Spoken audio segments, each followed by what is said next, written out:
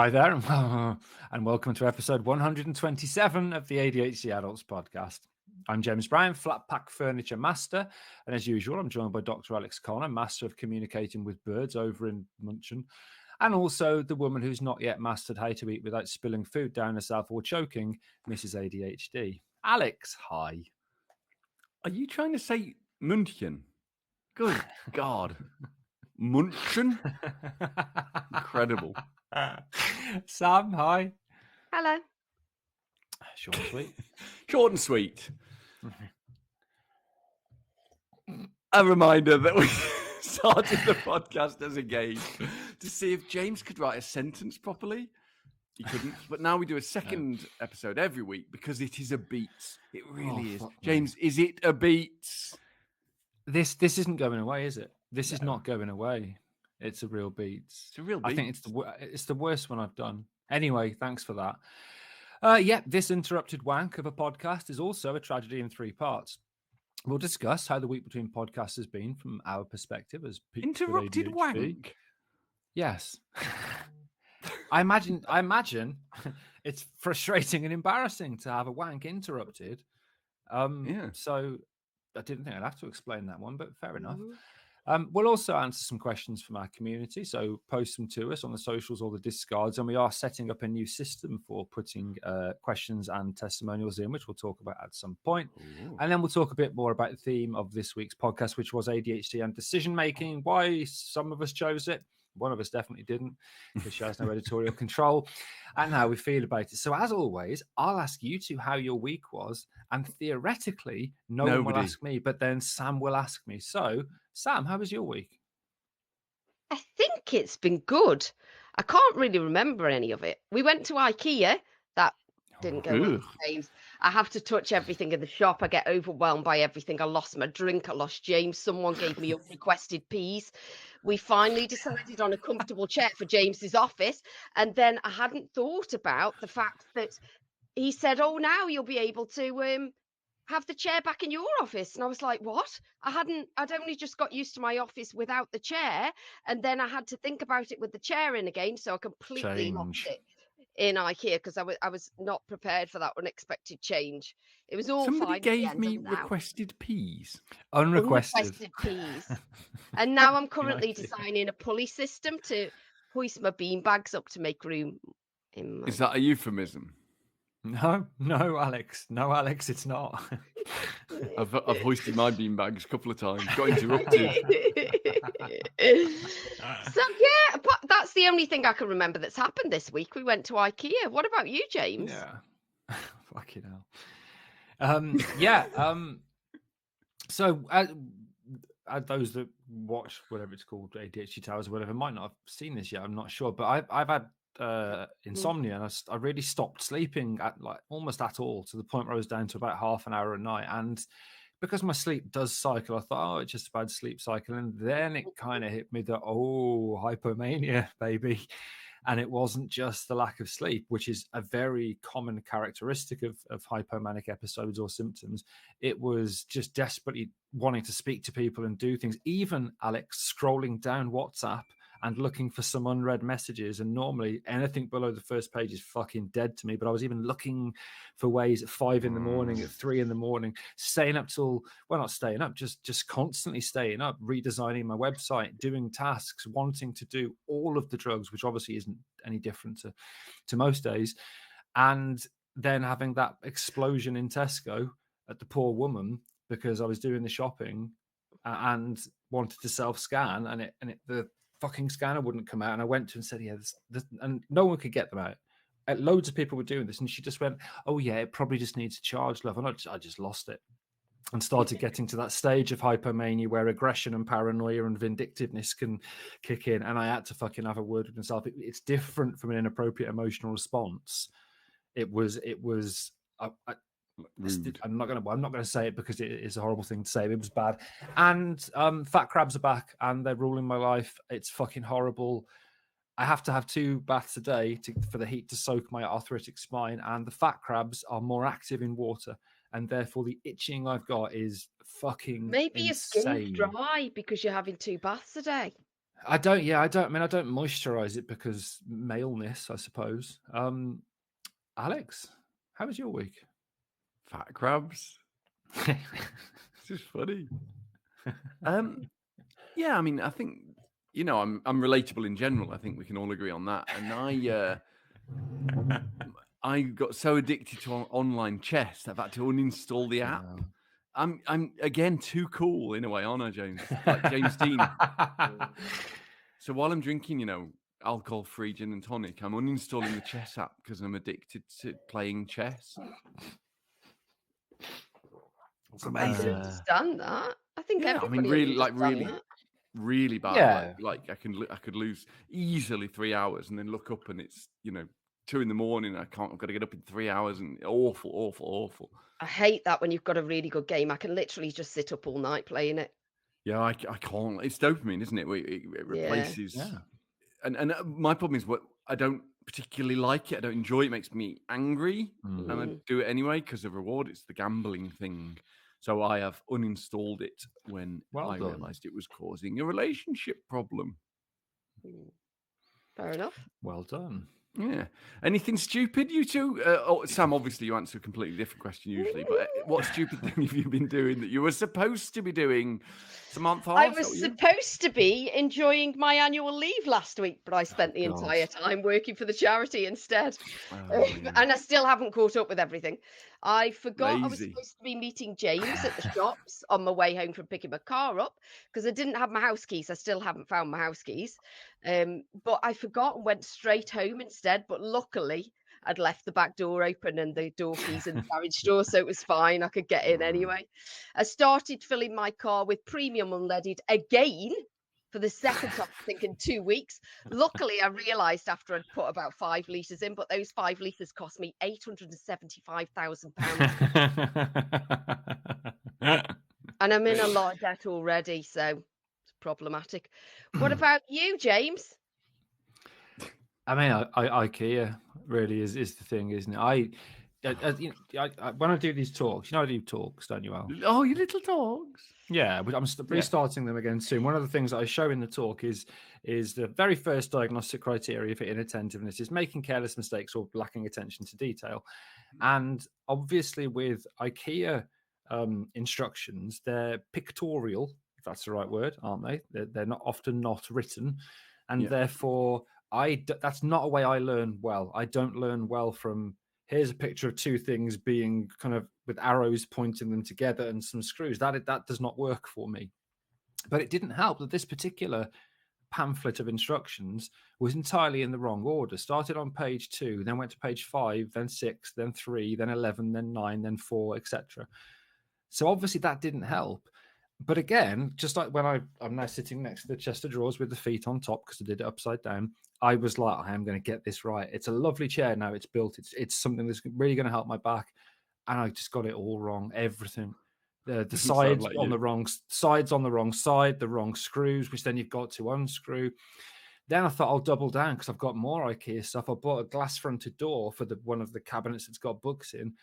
And I thought, well, I'll just take out the old door because it's the same size, put it in. No, the hinges are at different levels. So I then had to take the whole of the insert of that part of the cabinet out.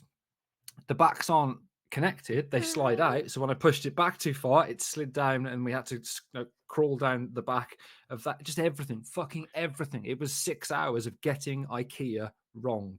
Do you put music on when you're doing this? I did have some music on, yeah. Benny Hill, the theme tune, largely. Is that anyway, Alex, chasing women? Yeah, yeah, not in a nice way. Is there a nice way? Alex, what about you? I don't think, not in woke 2023, the woke karate ruining how we chase women nicely. I don't think so. Yeah. One thing is I've been worrying about my son who's decided to go on holiday. I mean, to that famous pair of holiday destinations, Moldova and Albania. That's where he's on holiday for his summer holidays. Wow. Yeah. He's having a whale of a time, apparently, loving it. And it's much more, it sounds terrifying. The other thing is, you know your pictorial problems with IKEA. So obviously this morning I was booking tickets for the Barbie film, and Lisa showed me. Obviously. You know, obviously.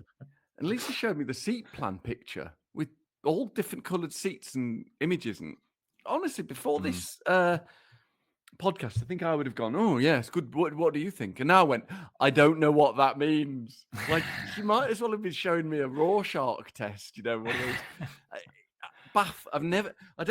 I don't know what any of this means.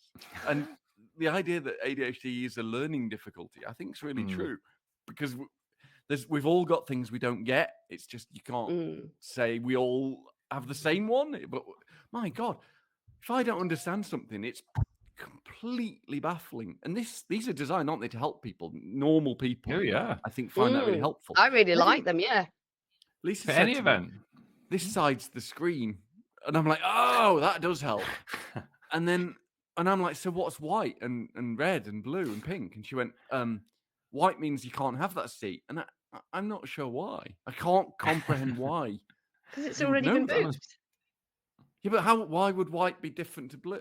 My brain doesn't work that way. It has a key. It tells you. That's what she said. You're not going to look at it. Yeah, you're not going to teach him how to accept. I know. I get the fact that for you, it's very clear, and I kind of get it. Although sometimes struggle, but clearly Alex's brain, what's left of it's it. that sort of thing. I plans for things like that I don't get. It's James's I love pictures them. Specifically plans in theatres. Yeah, no, not plans for anything, like building plans. I love any. Yeah. You know, when you've got the blah, blah, blah, blah. Blueprints. Yes, I love those. No, I cannot comprehend them at all. I love them. Oh, horrible. Yeah, so that's what I've been doing. Absolute nightmare. Well, thanks for that, Bate. No one's going to give you shit for that. There's not going to be a meme. Thanks for that bake, is there? But if I'd said thanks for that bake, then immediately on Discord, people would be saying, well, thanks for that I was bake. jumping ahead to break. Thanks for that, both. We're going to take a break and we'll be back in part 2 with questions and thoughts from the adult ADHD UK community. And that really is the beats. Oh, for fuck's sake. Alex, hi. Hi. What's up? Hello, Governor. Jesus already. Welcome back to episode 127 of the ADHD Adults Podcast. This is one of those Friday, Thursday ones that doesn't make any sense. As always in part 2, we're taking questions from the community, mostly on James's Discord, because it really is the beats, but also at X. Is it X? Twitter? God knows. Who knows? Don't know. But threads and Instagram and TikToks, pigeons, Sam loves pigeons, all that. Are you ready for a question? You want a question? I know you do. I'd love that. I'd love it. Yeah. First one's from Jane Kirkwood. It says, hiya, Mrs ADHD, James and Alex. I have a kind of silly question for the podcast. There's an upside downy face in there, but I don't know how to say it. And then there's another face. I can't read emojis. Thinker. I don't think this is a silly question at all. It's a clever question. Have there been studies to determine what actually makes up neurotypical brains and how they come to the conclusion that those brains are in the majority in populations? Then, have they done direct comparison studies with neurodiverse and other brains? ? Sorry if it's a really daft question. I love that. An actually complex neurological question as a daft question. Suppose they must have done, but how else would they be able to come up with all those different diagnoses? Just my brain off on one of many jaunts. Really, really great question. Sam? Oh, I'm so sorry. Pauline just jumped up on my knee. And it was the just fear of having to explain neuroscience. No. I mean, obviously there is I presume that they have done scans and they know roughly. I mean, everybody's brains are different, but I once did a study actually where they had to scan my brain. So I presume that they compared it to something else and they must have had an idea what it should look like or what they wanted it to look like. James? Alex, can I leave the neurotypical brain bit to you because I like how you described that? Is that okay? And I'll do a bit now. What I would say is that there is like 200 years of brain anatomy study, right from kind of embryos up to adults, in the past, a lot of that would have been done not very ethically, body snatchers, taking dead people to doctors, etc. And what we know is that the typical structure, for example, although remember we are all neurodiverse, so brains aren't generally all the same, the typical structures of the brain are well known. Now, the problem with telling the difference between an ADHD brain or a neurodivergent brain and a brain that is not neurodivergent is that it's really expensive to scan brains nowadays. The best methodologies need equipment that costs £3 million, the kind of functional magnetic resonance imaging and positron emission tomography scanners. These are the best ways of working out not just the structure but the activity of a brain. And therefore, when scientists do a study, often it will be 20 people with a neurodivergent disorder and 30 people without. Now, statistically, that is not enough to generalize to all of a group. So what you'll find is there are loads of studies that will say this brain area, yeah, that's different. This brain area, yeah, that's less active. This brain area and that brain area, they're not as well connected in neurodivergent brains, but none of them yet, apart from possibly one, are big enough so we can say there's an objective test. That's the brain of somebody that's neurodivergent. The biggest one, which I think we have mentioned, which Alex discovered and shared with me, was this neural pruning one, because that was 1,500 people, where they found that neural pruning is this process by which, by adolescence, any nerve connections in the brain that aren't needed are cut off. They're pruned, a bit like pruning a hedge. But that doesn't happen in people with ADHD. So there are inappropriate connections between areas of the brain. And that's a really big study, but they are lacking. So that's the ADHD bit. Al, neurotypical bit? It's worth adding, I think, that there's also overlap. It's not just one part of the brain. So there's overlap. So you'll have people who are definitely not ADHD, where one part of the brain looks just like ADHD, but they're not affected. Whereas the rest of them is inverted commas normal. So there's and I guess we've all got different things as well, haven't we? We've all got different. Exactly. So everybody's brain is going to look different, isn't it? Sorry to interrupt you. No, it's exactly. That's the point. That last phrase is probably what we could answer for this whole thing. Every brain looks different. If you measure the numbers, as is so far from normal parameters that it's measurable, but not in the same way. So, and this is the phrase, the diagnosis of ADHD is never made based on scans and can't be. Not just because it's expensive, which it is, but because it's not accurate either. So it never is. The other thing is there is no neurotypical brain. There's no such thing. If you're massively tall, it doesn't make everybody else exactly the same height. And with the brain, it's like that times 1,000. If with ADHD characteristics, you're an outlier, so massively tall for those three, it doesn't mean everybody else is equal for those three. They're all over the place. There might be even effectively taller than you for one of them, but their other ones are normal, so they're not affected. And ADHD is broadly a social diagnosis as well, made based on impairment, life damage, the money you've got, and all sorts of jobs and all sorts of things. So it isn't as easy as that. So really smart question, really, really well asked. It is. That moves us on to question 2 from the lovely Patrice off of Discord. And I like this because I can answer it.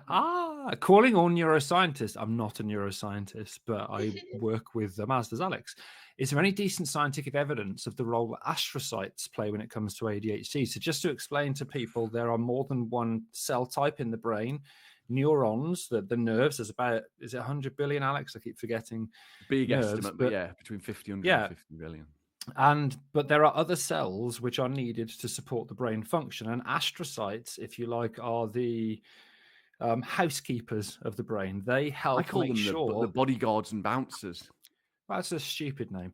They support the nerves largely by providing them with a usable form of energy. The brain, the neurons in the brain love carbohydrates, glucose, for example.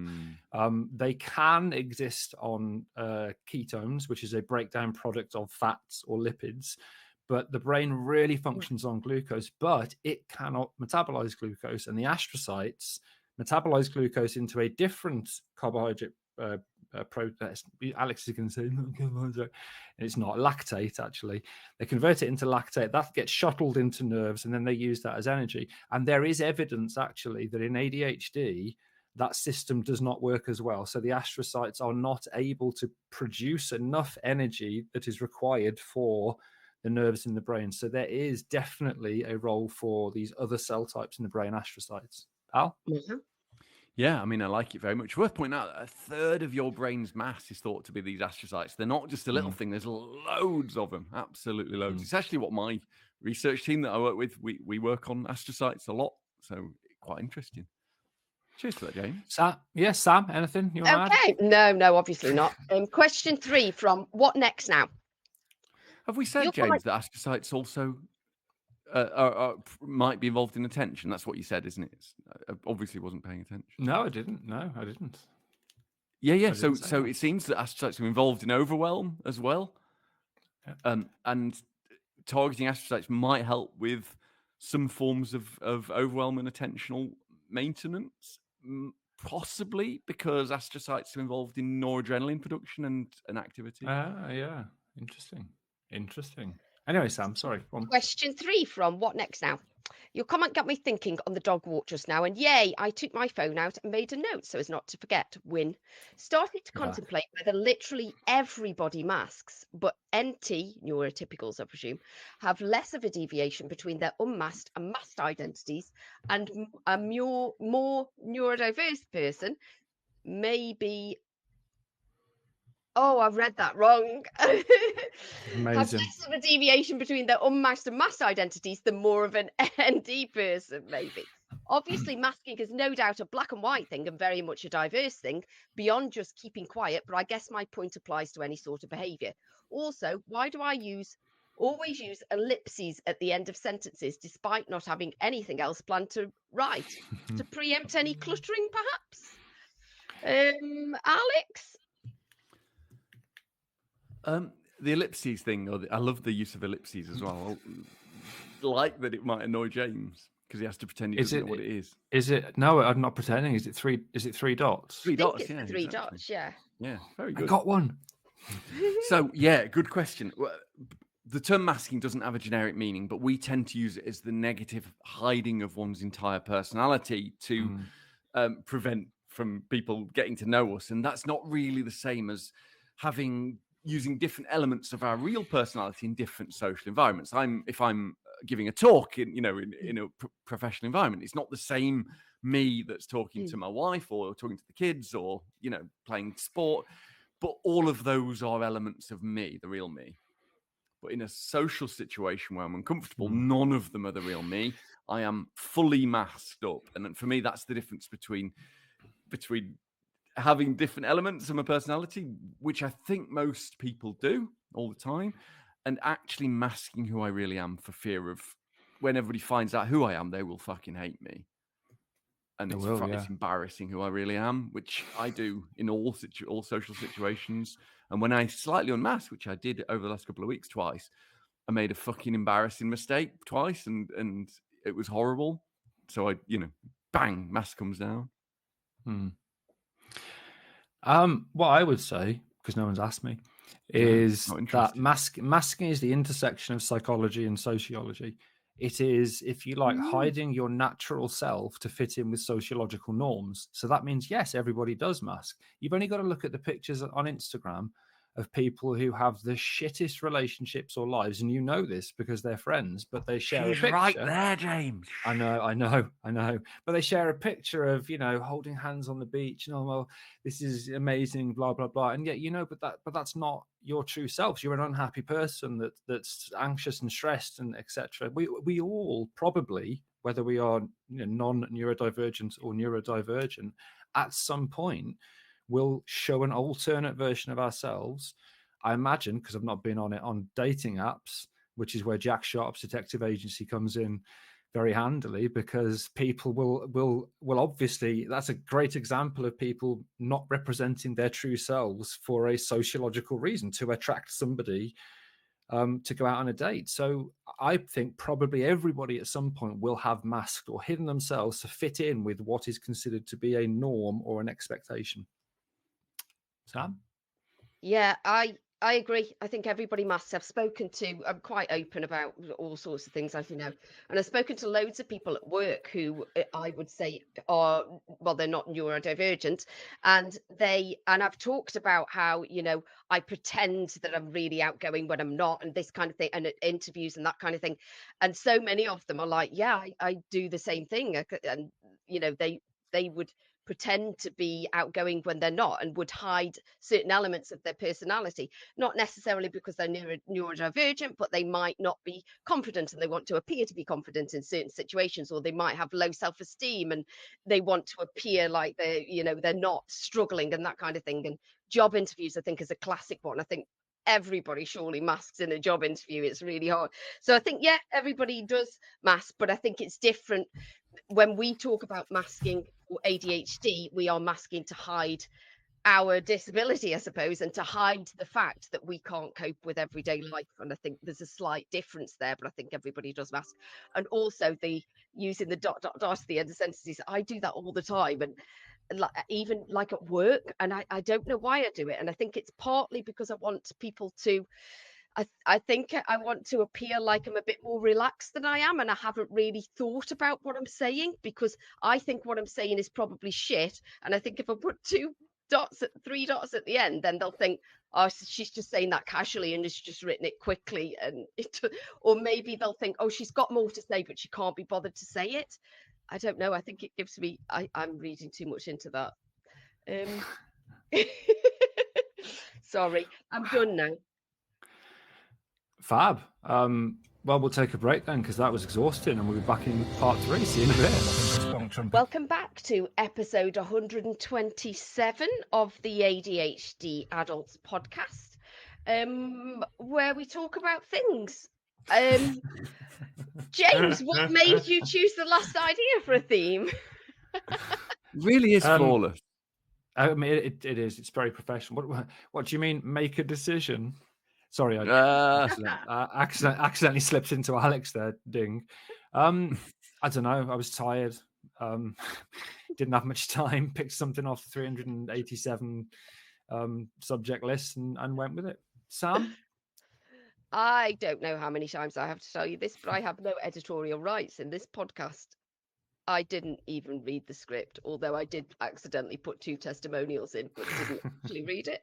Alex? I think one thing is that a lot of people want support with practical stuff, job stuff, things, procrastination, start and finish groups, and getting stuff done that is really, really difficult for us. And this is a good place to start. I think we'll do a lot more of those over the coming months. That's what I think. That was an actual answer. I don't think I've ever answered that question before. Was there anything you tip or thought from the theme you forgot to say? Sam, start with you. Do you know, I was just reading what James has put, and I've written down here on my paper something similar, because I was going to say I have made so many bad decisions in my life. Yeah, I mean, I can so see many it. Bad decisions. And actually, the consequences aren't that bad. Yes, I gave all my clothes away because I watched Marie Kondo, and then I had no clothes and I had to buy new clothes. But it wasn't that bad.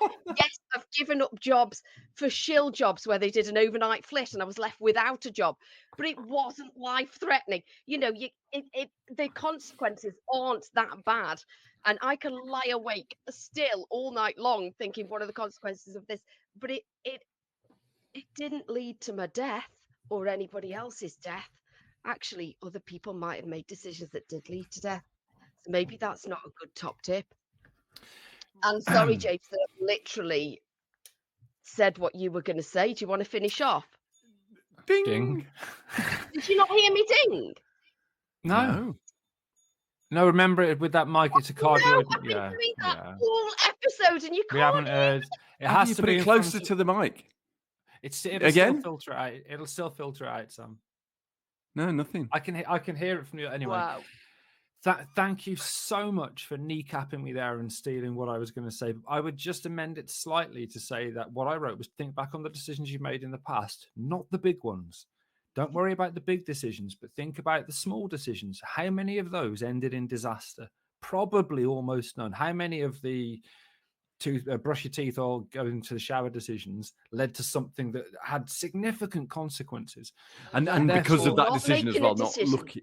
Yeah, exactly. Not making a decision. I missed Father's Day one year because I literally couldn't decide. Exactly, and it does come down to that question, which is something we use in coaching quite a lot, which is what are the consequences of just picking one? Well, nothing. I'll get both shower and brush my teeth. What are the consequences of picking neither? I'll probably sit here for 3 hours, or I won't shower, or I won't brush my teeth. So it's not something you could just immediately adopt. But if you think back, those small decisions where you did make a decision, whether it's good or bad, they probably didn't have a massive detrimental effect on your life. And maybe that's something you can look back on and learn from. Alex. Yeah, well, so one thing I didn't say in the thing is when you make a decision, make sure that you win. It doesn't have to be the right one, but it does have to be winnable. So if you make a decision, let's say I'm going to clean the house, you're definitely going to lose. Because there's no amount of clean the house that can make you a winner there. You're going to feel bad if you make the decision to do one small thing. So if it's a really good example would be clean my teeth or take a shower. It doesn't have to be clean your teeth for 5 minutes. It could be start to clean my teeth, something winnable. And then if you carry on and do more, you've smashed it. But if you just make every task winnable, if it's train the dog, you're going to fail. If it's give the dog 3 treats for coming towards me in the next 10 minutes, that's winnable. Make sure every decision isn't a loss. It's so damaging to ADHD personalities if we don't have targets that where we can win, because we just feel like a loser anyway all the time. And some, like James and Sam, are, but most of us aren't. Most of us aren't losers. That's what I'd say. Amazing. Make your decision winnable for you, specific. Excellent. That, unbelievably, was episode 127 of the ADHD Adults, and it was one of the Friday or Thursday, don't know, extra editions that ruin our metrics of the ADHD Adults podcast after Monday's episode on ADHD and decision-making, possibly. If you like this nonsense and want to get involved, do contact us on the socials at the ADHD Adults or Discord or anything else. And please do, because I think we can all agree it really is the beats. Oh, Goodbye. Bye.